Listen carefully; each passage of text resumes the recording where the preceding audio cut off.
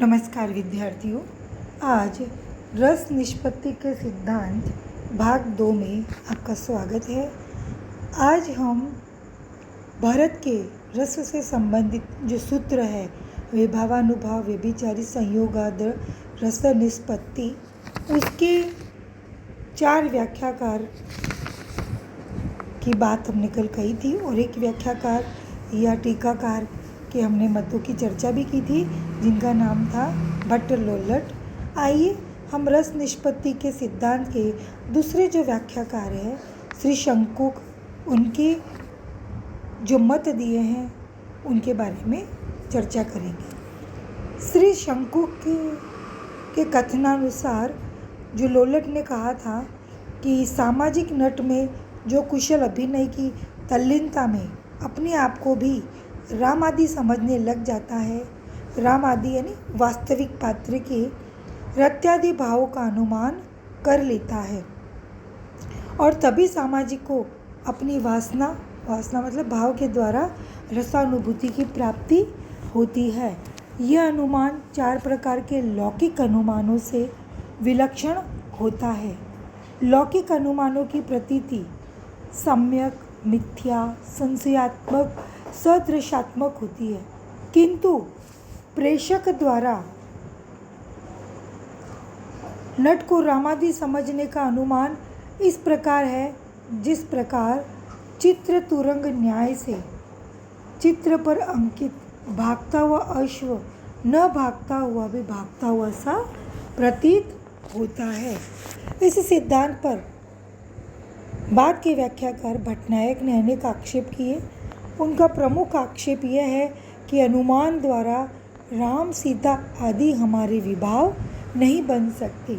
कहने का मतलब है कि श्री शंकुक ने यह कहा कि हम अनुमान करते हैं कि राम सीता ने किन परिस्थितियों में कौन से रस को, कौन सी स्थिति को प्राप्त किया।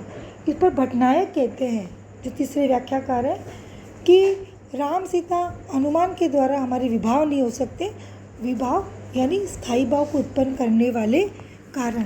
अगर वो हमारे विभाव नहीं हो सकते तो फिर स्थायी भाव कैसे उद्भूत होगा। उनके प्रति हमारा संस्कारनिष्ठ श्रद्धा भाव हमारी रसत्व प्राप्ति में बाधक सिद्ध होगा। अनुमान प्रक्रिया द्वारा सीतादि को रामादि के समान हमारे लिए प्रेयसी के रूप में मान लेना संभव नहीं है और न ही उसे देखकर हमें अपनी प्रेयसी की याद आती है। इसी प्रकार हनुमान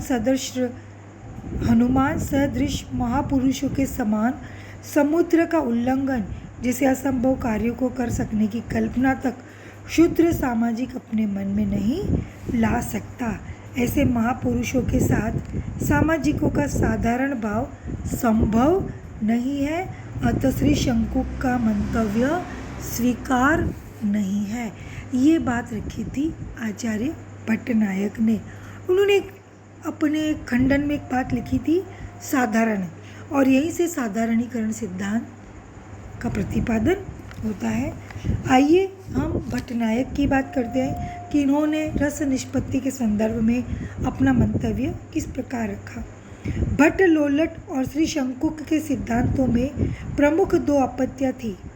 एक कि जो राम दिखाई नहीं देते, उन रामादि चरित्रों की रसानुभूति की मात्रा के संबंध में अज्ञान भी, जिनको जाना ही नहीं, जिनको देखा ही नहीं, जिनकी अभी तक हमने कल्पना की या शास्त्रों में पढ़ा, उनके संबंध में कि उन्होंने कितना रस की अनुभूति की है, वो कल्पना करना वो अज्ञान है।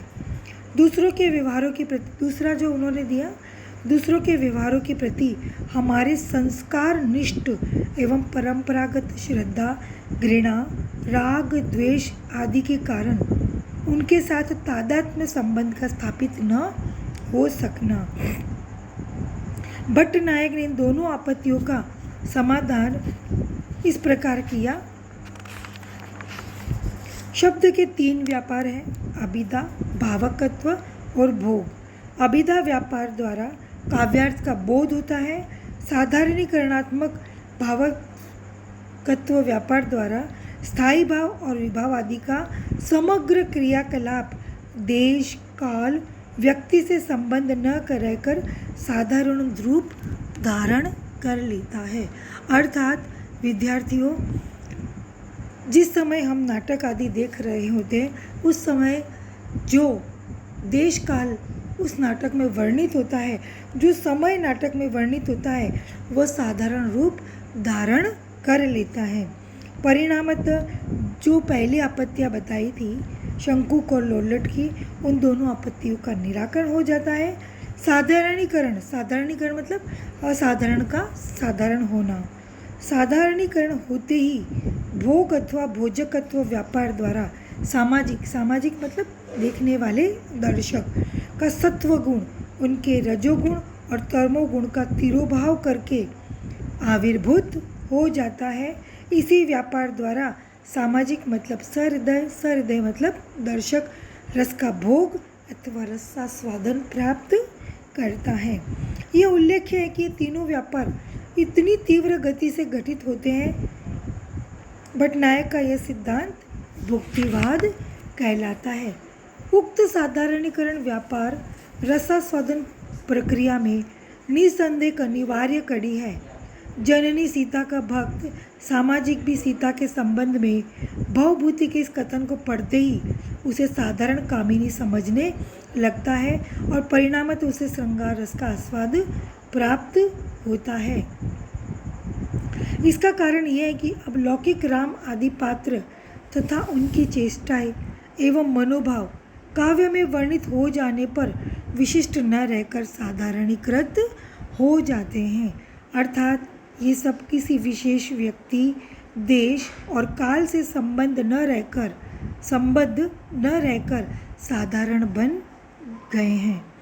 अभिनव गुप्त ने भट्टनायक सम्मत अभिधा और साधारणीकरण व्यापार को स्वीकार करते हुए भी भोजकत्व व्यापार को स्वीकार नहीं किया है। इसके स्थान पर उन्होंने व्यंजना व्यापार स्वीकार किया है। आइए अब हम देखते हैं अभिनव गुप्त का मंतव्य। भरत सूत्र के चौथे व्याख्याता अभिनव गुप्त हैं। इन्होंने व्यंजना शक्ति के आधार पर इस सूत्र की व्याख्या करते हुए कहा कि विभावादि और स्थायी भावों में परस्पर व्यंजक व्यंग्य रूप संयोग द्वारा रस की अभिव्यक्ति होती है। अर्थात विभावादि व्यंजकों के द्वारा रति आदि स्थायी भाव ही साधारणीकृत रूप में व्यंग्य होकर श्रृंगार आदि रसों में अभिव्यक्त होते हैं। और यही कारण है कि जब तक विभावादि की अवस्थिति यानी वो बने रहते हैं, रसाभिव्यक्ति भी तब तक होती रहती है। और जैसे ही विभावादि हट गए उसके उपरांत रस भी नहीं रहता। अर्थात इनमें ऊपर निर्दिष्ट कुंभकार घट के समान लौकिक कारण कार्य का संबंध घटित नहीं होता।